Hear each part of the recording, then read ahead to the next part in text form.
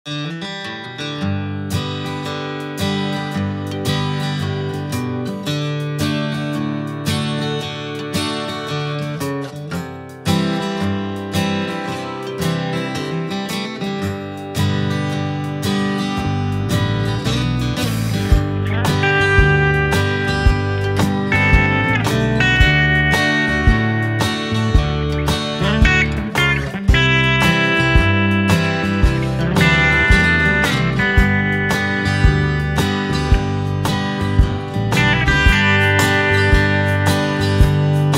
Everyone, అందరికీ నమస్తే. అందరు ఎలా ఉన్నారండి? బాగున్నారా? నేనైతే చాలా బాగున్నానండి.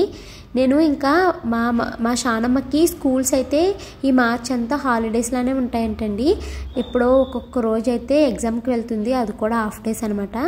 ఇంకా షానుకి స్కూల్ లేదు కదా, కంగారు ఉండట్లేదు. నైట్ ఎర్లీగా పడుకుని లేట్గా అయితే నిద్రలేస్తున్నానండి. మార్నింగ్ నేను 6:30, 7 ఆ టైంకి అయితే నిద్రలేస్తున్నాను. అండ్ ఇంకా ఎలాగో షాను ఇంట్లోనే ఉంటుంది కదా, మా హస్బెండ్ కూడా నేను లంచ్కి వచ్చేస్తానులే, లంచ్ బాక్స్ వద్దంటున్నారు. మా మనుకి లంచ్ పెట్టినా అది తినట్లేదు, టిఫినే పెట్టంటుంది. ఇంకా అందుకనేసి నేను లేట్గా లేస్తున్నాను. లేచిన తర్వాత అయితే దానికి తాగడానికి స్నానానికి నీళ్ళు అయితే స్టవ్ మీద పెట్టేశానండి. తర్వాత అయితే ఇంకా బయట క్లీన్ చేసుకుందామనేసి ఇలా బయటకైతే వచ్చి ఫ్లోర్ అయితే క్లీన్ చేసుకుంటున్నాను. మార్నింగే మరి ఎవరు క్లీన్ చేస్తారో తెలియదు, ఒకసారి అయితే ఇది క్లీన్ చేసేస్తున్నారు. అయినా కూడా దుమ్ముగా అనిపిస్తుంది అనమాట నాకు. అందుకని నేను మళ్ళీ ఇంకోసారి ముగ్గు వేసే ముందు ఒకసారి క్లీన్ చేసుకుంటానండి.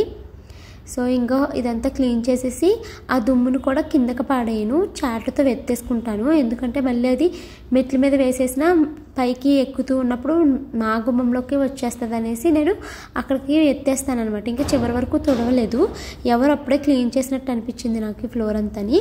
ఇంకా నేను డోర్ మీద దులిపేసరికి ఎక్కువ దుమ్ము వచ్చింది అనమాట. సో ఇంకా దుమ్మంతా ఎత్తేసానండి. తర్వాత అయితే ఒక మగ్గులోకి వాటర్ తీసుకొచ్చి ఈ ఫ్లోర్ అంతా నేను నీట్గా క్లీన్ చేసుకుని అప్పుడైతే ముగ్గు అయితే వేసుకుంటున్నాను. నాకు ముగ్గులు వేయడం అన్నది అంత ఇంట్రెస్ట్ ఉండదండి. సో నేను అందుకనేసే ఈ కలర్ అంటించేసాను అనమాట. కానీ ఈ డిజైన్స్ అయితే మాత్రం చుట్టూరు వేసుకుంటాను. నేను బయట ముగ్గేస్తున్నాను. మా వారు అయితే టీ పెట్టమన్నారు, పాలు లేవండి అంటే బయటికి వెళ్ళి అయితే పాలు తీసుకుని వచ్చారండి. ఇంకా వేడి నీళ్ళు అయితే కాగిపోయినాయని పక్కన పెట్టేసి మా వారికి టీ పెట్టమన్నారు కదా, పాలు అయితే కట్ చేసి స్టవ్ మీద పెట్టాను. ఇంకా షాను మను కోసం అయితే రోజు రాగిజావ కాస్తున్నానండి. ప్రతిరోజు రాగిజావే ఎందుకు అనేసి ఈరోజు అయితే డ్రై ఫ్రూట్స్ అవి నైట్ పడుకున్నప్పుడు నానబెట్టాను కదా, వాటిని అయితే తొక్కలు తీసేసుకుని ఇలాగ పక్కన పెట్టుకున్నాను అనమాట. ఇక మనువునైతే నిద్ర లేపేశాను, దానికి ఏమో స్నానం చేయించాలి. సో అందుకని మనువు స్నానానికి వేడి నీళ్ళు కాసి ఉంచాను కదా, వాటిని అయితే తోడుకుంటున్నానండి. నీళ్ళు ఇంకా ఎండాకాలం వచ్చేసింది కదా, ఎక్కువసేపు కాయాల్సిన పని ఉండట్లేదు. ఒక 5 minutesలో నీళ్ళు అయితే చక్కగా వేడిగా కాగిపోతున్నాయండి. మా మనువుకి మార్నింగ్స్ టిఫిన్ పెట్టినా కూడా తినట్లేదు, అందుకనేసి రాగి జావ లాగా ఇస్తున్నాను. ప్రతిరోజు జావే ఎందుకనేసి ఈరోజు అయితే బాదం మిల్క్ లాగా చేస్తున్నానండి. సో దీనికోసం అయితే నేను అగారో వాళ్ళ పర్సనల్ బ్లెండర్ అయితే తెప్పించుకున్నాను, రీగల్ మోడల్ అండి. ఇది మనకి అమెజాన్లో అవైలబిలిటీగా ఉంది. కాస్ట్ వచ్చేసి మనకి 80-90 రూపీస్ అలా పడుతుందండి. 400 వాట్స్ పవర్ అయితే ఉందనమాట. మనకి ఇది స్టెయిన్లెస్ స్టీల్ బ్లేడ్స్ వస్తున్నాయి అండ్ ప్లాస్టిక్ కూడా ప్రీమియం క్వాలిటీ జార్స్ వస్తున్నాయండి. 100% కాపర్ మోటార్ అయితే ఉంటుంది. ఇది అమెజాన్లో అవైలబిలిటీగా ఉంది, లింక్స్ ఇస్తాను చూడండి. సో ప్రోడక్ట్ ఓపెన్ చేసిన తర్వాత మనకి యూజర్ మాన్యువల్ వస్తుంది, ఎలా యూజ్ చేయాలి ఏంటన్నది. అండ్ దీంతోపాటు మనకి వారంటీ కార్డ్ వస్తుంది. దీన్ని నేను ఎందుకు మెయిన్గా చూస్ చేసుకున్నానంటే, నేను అంతకుముందు నట్ మిల్క్ మేకర్లో చేసేదాన్ని కదా, అది 600 ml అనమాట. చిన్న జార్స్ ఏమీ లేవు దానికి. సో దీంట్లో ఏంటంటే 300 ml దగ్గర నుంచి 500 ml 700 ml వరకు ఉంది. సో నాకు ఎప్పుడైనా షాను కోసం కానీ మను కోసం కానీ వెంటనే కొంచెం జ్యూస్ చేయాలి అన్న ఈ చిన్న జార్ని ఉపయోగించుకోవచ్చు కదా, అందుకనేసి నేనైతే ఆల్మండ్స్ని, పిస్తా గుళ్ళు, అలాగే నువ్వులు, నా దగ్గర ఉన్న డ్రై ఫ్రూట్స్ అన్నీ నైట్ అయితే సోక్ చేసుకుని తొక్క అయితే తీసేసానండి. వాటన్నిటిని ఇందులో వేసుకుని కొంచెం పాలు అయితే వేసుకుని బ్లెండర్ని అయితే ఈ జార్కి ఫిక్స్ చేశాను. నేనైతే ఇప్పుడు 500 mlని సెలెక్ట్ చేసుకున్నానండి. దీనికి ఇలాగా ఫిక్స్ అయ్యేలాగా పెట్టి స్విచ్ ఆన్ చేసుకోవడమే. కొద్దిసేపట్లో అయితే మనకి జ్యూస్ రెడీ అయిపోయింది. ఈ ఒక్క అగారో పర్సనల్ బ్లెండర్ ఉంటే మనం అన్ని రకాల జ్యూసెస్ని చేసుకోవచ్చు. తక్కువ క్వాంటిటీ నుంచి ఎక్కువ క్వాంటిటీ వరకు చేసుకోవచ్చు. 3 జార్స్ వచ్చాయి కదా, అలాగే దీంట్లో మనము చట్నీస్, పౌడర్స్ లాంటివి కూడా చేసుకోవచ్చు. మనకి మొత్తము 3 లిడ్స్ అయితే వచ్చాయండి. మనం ఇలా జ్యూస్ పట్టేసుకున్నాక ఈ సిప్పిని లిడ్ పెట్టుకుని మనం డైరెక్ట్గా యూజ్ చేసుకోవచ్చు. లేదు అంటే ఇలా గ్లాసుల్లో పౌర్ చేసుకుని తాగొచ్చు. ఇంకొక లిడ్ వచ్చింది, ఆ లిడ్తో ఏంటంటే ఏదైనా పౌడర్స్ లాంటివి చేసుకున్నప్పుడు జల్లుకోవడానికి ఉపయోగించుకోవచ్చు అనమాట. సో ఇలాగ 3 లిడ్స్ వచ్చినాయి. బ్లెండర్ కూడా వచ్చిందండి. ఈ జ్యూస్ అయితే మాత్రము మా షానుకి చాలా నచ్చేసిందంట. ఇది జ్యూస్ కాదు, బాదం మిల్క్ అనమాట. వీళ్ళు బాదం గుళ్ళు ఇచ్చేయమనుకోండి, ఒక రోజు తింటున్నారు, ఒక రోజు తినట్లేదు అనమాట. అందుకనేసి నేను ఇలాగ జ్యూస్ కింద చేసి ఇచ్చేసాను. మా షానుకి చాలా నచ్చిందంటండి. 2 గ్లాసెస్ పైన తాగింది. మా మనుది అన్నిటికి చెడ్డింపే కదా, కొంచెమే తాగింది అనమాట. డీటెయిల్స్ అయితే కామెంట్లో పెంచేస్తాను. ఇంట్రెస్ట్ ఉన్న వాళ్ళు ఒకసారి ట్రై చేయండి. ఇక మను అయితే ఆ బాదం మిల్క్ తాగేసిన తర్వాత స్కూల్కి అయితే వెళ్తుందండి. స్నాక్స్ కింద అయితే నేను ఆరెంజ్ పెట్టమనుంది, ఒలిచి అది పెట్టాను. లంచ్లోకి అయితే మాత్రం అన్నం వద్దు, బ్రేక్ఫాస్టే కావాలని అడిగింది. అందుకనేసి నేను ఇడ్లీలు తెప్పించాను బయట నుంచి. ఆ ఇడ్లీలు అయితే పెట్టి మనుని స్కూల్కి పంపించేశానండి. ఇక మను స్కూల్కి వెళ్ళాక నేను బెడ్షీట్లు అవి రిమూవ్ చేసేసాను. ఆ బెడ్షీట్లు కూడా బాగా వాష్ చేయాలండి. అందుకనేసి నేను సర్పు అండ్ సోడా వేసి వేడి వేడి నీళ్ళు అయితే వీటిలో వేసి బాగా మిక్స్ చేసేసానండి. ఇప్పుడు దీంట్లో అయితే బెడ్షీట్లు నానబెట్టానంటే మురుకు మొత్తం పోతుంది కదా, సో అందుకనేసి వేడి నీళ్ళు అయితే నేను బెడ్షీట్లు నానబెడుతున్నాను. మెయిన్కి తెల్ల బెడ్షీట్ ఉంది కదండి, వాషింగ్ మిషన్లో వేసినప్పటి నుంచి ఎందుకో ఇది మరీ మచ్చల కింద అయిపోయింది. నేను హ్యాండ్ వాష్ చేసుకున్నప్పుడు ఇది ఇప్పుడు చాలా బాగుండేది. వాషింగ్ మిషన్లో చూసారా అలాంటి మచ్చలు పడ్డాయండి. అవి ఎందుకు పడ్డదో నాకు అర్థం కావట్లేదు. ఇంక వీటిని వేసుకుని ఆ బాత్రూంలో కూర్చుని ఉతకలేకపోతున్నాను. నాకు అది ఎక్కువ ప్లేస్ సరిపోవట్లేదు అనమాట. ఇంక అందుకనేసే పోయిందిలో దుప్పటి ఇప్పటికే చాలా సంవత్సరాల నుంచి యూజ్ చేశాను. ఇంకా దీన్ని వేసుకుని కూర్చుని రుద్దుతూ కూర్చుంటే నాకు టైం సరిపోదు అనేసి ఇంకా వాషింగ్ మిషన్లో వేద్దామని ఫస్ట్ అయితే దీన్ని నానబెట్టుకుని ఉంచుకున్నాను. ఇప్పుడు 6 o'clock అవుతుందండి. ఇప్పటి వరకు అసలు నేను వ్లాగ్ ఏమి షూట్ చేయలేదు. ఇంట్లో పని మామూలుగా షూట్ చేసుకున్నాను తప్పించి వీడియో అయితే ఏమీ షూట్ చేయలేదు. ఇప్పుడు టైం 6 అవుతుందండి. షాను మనుని తీసుకుని అయితే మేము బయటికి వెళ్తున్నాము. ఆడుకుంటామమ్మా అంటున్నారు. ఇక్కడ ఏమో ఎవరు పిల్లలు లేరు ఆడుకుంటాకి. సరే పార్క్కి వెళ్దాము పదండి, మా ఆఫీస్ పార్క్ అన్నారు. సో అక్కడికి అయితే వెళ్తున్నామండి. అండ్ అక్కడ స్విమ్మింగ్ పూల్ అవి ఉన్నాయి అనేసి అన్నారు కదా, అవి కూడా ఒకసారి మేము కనుక్కుంటాం అనమాట. అండ్ అక్కడ నుంచి వచ్చిన తర్వాత బడ్జెట్ ఎంత అయింది, ఫిబ్రవరి బడ్జెట్ చెప్పండి అని అడుగుతున్నారు కదండి. సో బడ్జెట్ అయితే ఇంక్లూడ్ చేస్తాను.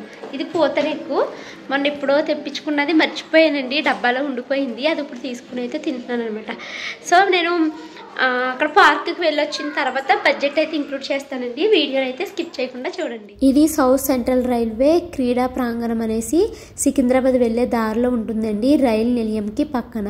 సో ఇక్కడికైతే వచ్చాము. ఆర్ఆర్సీ గ్రౌండ్ అని కూడా అంటారు అనుకుంటా దీన్ని. ఇక్కడికైతే వచ్చాము. ఇందులో పిల్లలు ఆడుకోవడానికి ఒక చిన్న ప్లే ఏరియా ఉంటుందండి. ఫస్ట్ అయితే నేను రంగుల రత్నం ఎక్కుతాననేసి అది ఎక్కింది. మా షాను మాత్రము దానికి ఇసుకలు ఆడుకోవడం చాలా ఇష్టం అనమాట. ఇక్కడ మా షాను ఫస్ట్ ఇసుకలు ఆడుకోవడం స్టార్ట్ చేసింది. తర్వాత ఇంకా చాలా మంది పిల్లలు వచ్చేసారండి. నేను ఇక్కడికి వెళ్ళేటప్పుడు ఒక వాటర్ బాటిల్ లాంటి దాంట్లో వీళ్ళ బాడీ లోషన్ బాటిల్ అయిపోయింది, దాంట్లో నిండా నీళ్ళు పట్టుకుని తెచ్చాను అనమాట. ఇక మా షాను ఆడుకోవడము ఇంకొక అమ్మాయి వచ్చింది. అలా ఒకళ్ళు మొత్తం పిల్లలంతా ఇసుకలో కూర్చుని చాలా చక్కగా అయితే ఆడుకున్నారండి. చాలా మంది పిల్లల్ని ఇసుకలో అసలు ఆడుకునేవారండి, కానీ ఇసుకలో ఆడుకుంటే పిల్లలు బాగా ఎంజాయ్ చేస్తారు. వాళ్ళకి బొమ్మలు కూడా అవసరం లేదు, ఇసుక ఇచ్చేసి కొంచెం నీళ్ళు ఇస్తే చాలా బాగా ఎంజాయ్ చేస్తారు. మరి మీ పిల్లల్ని ఇసుకలోకి పంపుతారో లేదో కామెంట్ చేయండి. అక్కడ తీసుకో.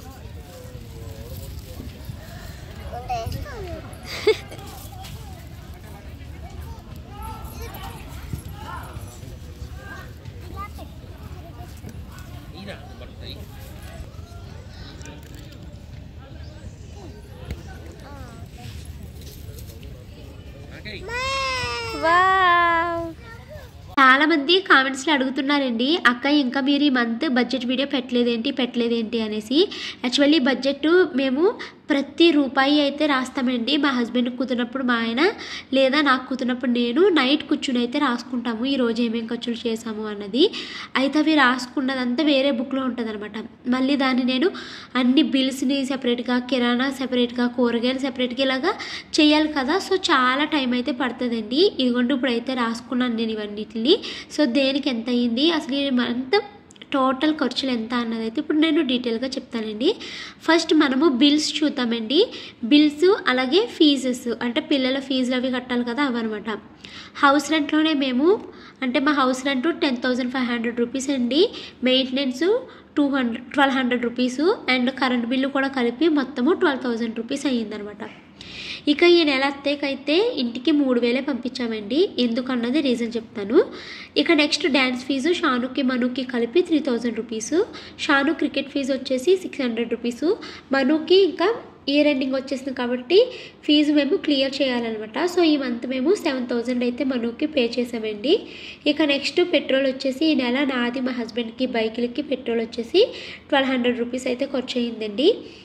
ఇక ఈ నెల అత్తయ్యకి 3,000 పంపించడానికి రీజన్ ఏంటంటే నా ఫోను అలాగే మా మావయ్య గారి ఫోన్లు 1 ఇయర్కి సరిపడా మేము నెట్ అయితే రీఛార్జ్ చేయించేసుకుంటాము. అన్లిమిటెడ్ కాల్స్ నెట్ అయితే రీఛార్జ్ చేయించుకుంటాము.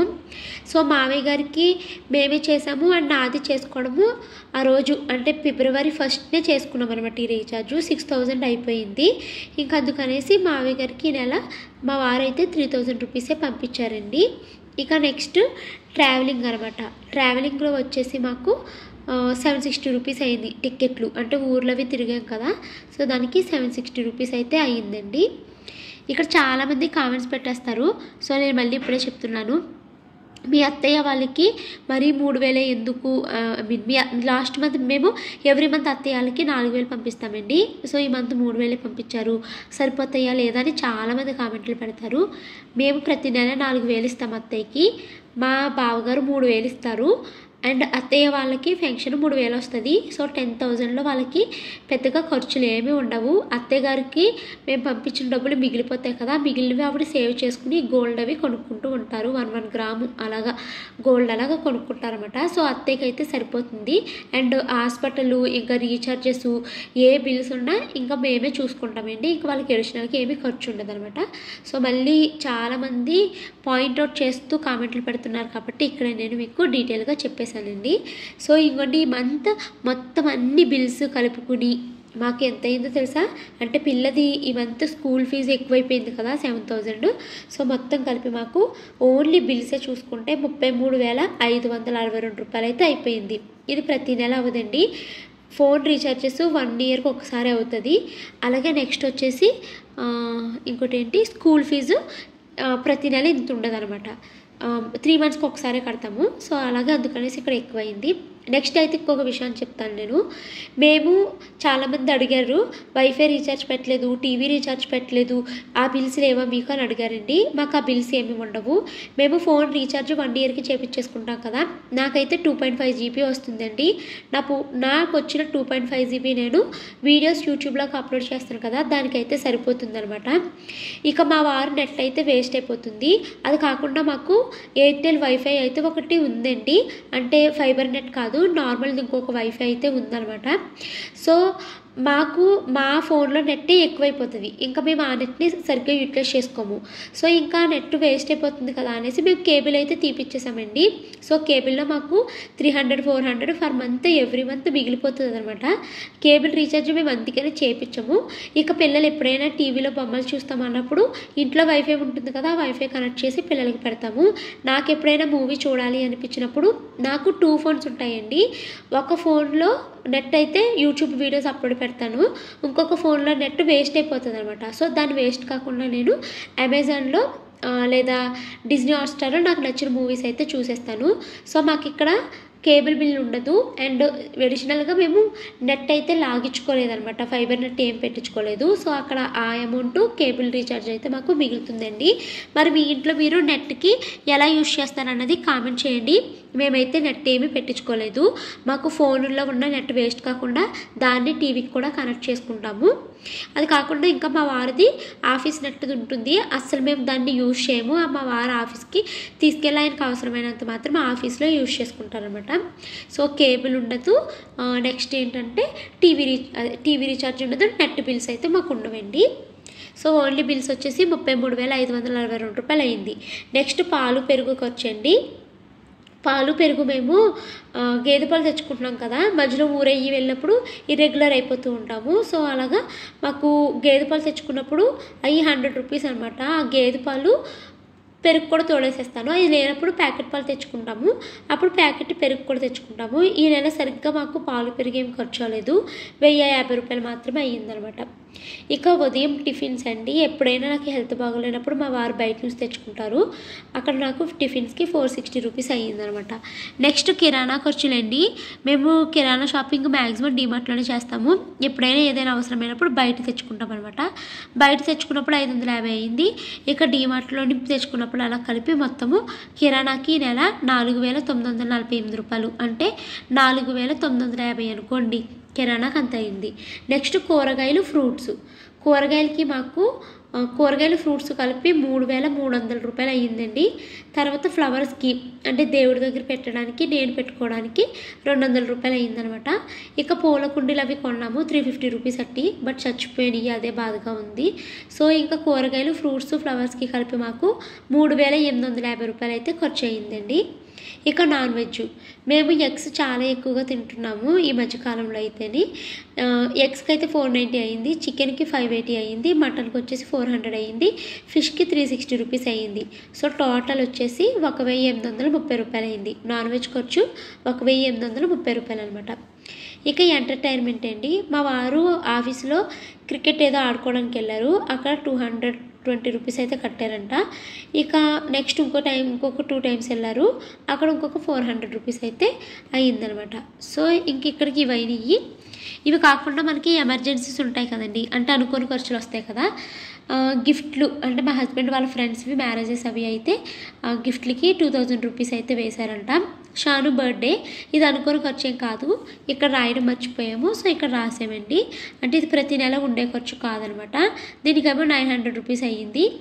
ఇక హాస్పిటల్ అన్నది అనుకోకుండా వచ్చే ఖర్చే, దీనికైతే మాత్రము 1100 అయితే అయ్యిందండి. ఇక తమ్నెయిల్స్, ఈ మధ్యలో అప్పుడప్పుడు తమ్నెయిల్స్ చేపిస్తున్నాను కదా, తమ్నెయిల్ వచ్చేసి ఒక్కోసారి 150 ఒక్కోసారి 100 అలా అవుతుంది. సో దానికైతే 1200 అయితే అయ్యిందండి తమ్నెయిల్స్కి. ఇక బుక్ ఫెస్టివల్స్కి వెళ్ళాం కదా, అక్కడ పిల్లలకి చాలా బుక్స్ కొన్నాను కదా, దానికి 1250 రూపాయలు అయితే అయ్యిందనమాట. సో టోటల్గా మా ఫిబ్రవరి ఖర్చులు అయితే ఇవ్వండి. మరి మొత్తం అంతా కలిపి ఎంత అయిందంటే ఈ నెల పర్వాలేదు, పిల్లల ఫీజులు రీఛార్జెస్ అవి ఉండడం వల్ల ఇంత అయ్యిందనమాట. బట్ పర్వాలేదు, ప్రతి నెల ఉండే ఖర్చు అయితే కాదు కదా.